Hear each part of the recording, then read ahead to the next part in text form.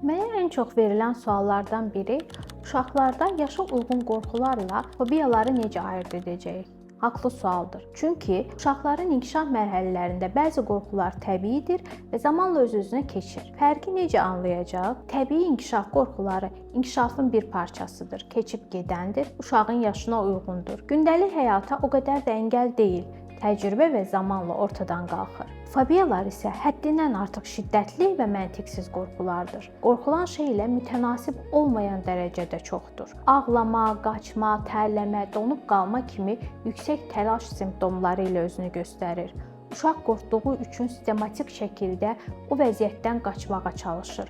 Gündəlik həyatın axarı mənfi yöndə dəyişir. Davamlıdır, zamanla şiddətində azalma olmur, öz-özünə keçib getmir.